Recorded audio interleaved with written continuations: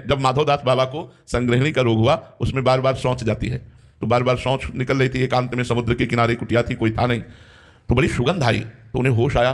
तो ऐसे देखा तो पीतांबर का साफा बांधे हुए 16 वर्ष की अवस्था और बाबा की मल भरी लंगोटी समुद्र से धो धो के फैला रहे। कहा ये कौन हो आप?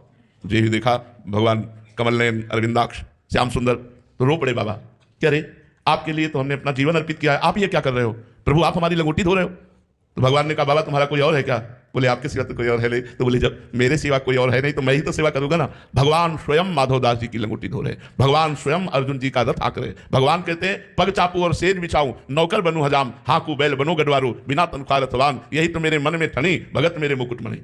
कैसी बात करते हो? थोड़ी सी भक्ति करो तो भगवान कृपा ही कृपा कर रहे हैं। हाँ ये है कि हमारे बहुत पूर्व के पाप हैं जो हमें दुख देने के लिए आ रहे हैं, लेकिन हम भगवान से यदि जुड़ जाएं तो हम दुखों से पार हो जाएं। इसीलिए सबसे कहते हैं राधा राधा रटो, राधा राधा नाम जप करो, जिससे तुम्हारा मंगल हो जाए, क्योंकि वो पाप कर्म हमें दंड देने के लिए बिल्कुल बलवान होकर तैयार हो रहे हैं। यदि भगवान की शरण में है तो आएगा, लेकिन बहुत कम होकर आएगा और हम सह पाएंगे, हम टूटेंगे नहीं, हम विपत्ति को पार कर जाएंगे। पर ऐसा नहीं है कि भगवान से प्रार्थना की तुम्हारे सारा दुख नष्ट हो गया, ऐसा नहीं है। जो प्रारब्ध भोग बड़े बड़े सिद्ध संतों को भोगना पड़ा, जैसे रामकृष्ण परमहंस जी के गले में कैंसर था, अब भोगना पड़ा, बड़े बड़े संतों को भोगना पड़ता है। ये भूमि ऐसी है, इसका ये कर्म भूमि है। अपने अपने कर्मों का भोग भोगो, नए कर्म करो। तो हमें विचलित नहीं होना चाहिए दुख आने पर कि भगवान कहां गया, अब तो हमारे दुख को नहीं मिटा रहा है। ऐसा नहीं है, वो देख रहे हैं, वो कृपा कर रहे हैं। देखो इतने बड़े महाभागवत पांडवों की पत्नी सभा में निर्वस्त्र की जा रही, इतने बड़े भगवान को प्यार करने वाले पांडव 12 वर्ष का वनवास, 1 वर्ष का अज्ञातवास सह रहे हैं। ये सब क्यों सह रहे हैं? क्योंकि भगवान का विधान है, इसलिए सह रहे हैं। हम भक्त तभी माने जाएंगे जब भगवान के विधान को सहते हुए भगवान को ना भूलें और दुख और सुख दोनों को बराबर समझकर हम आगे बढ़ते चले जाएं।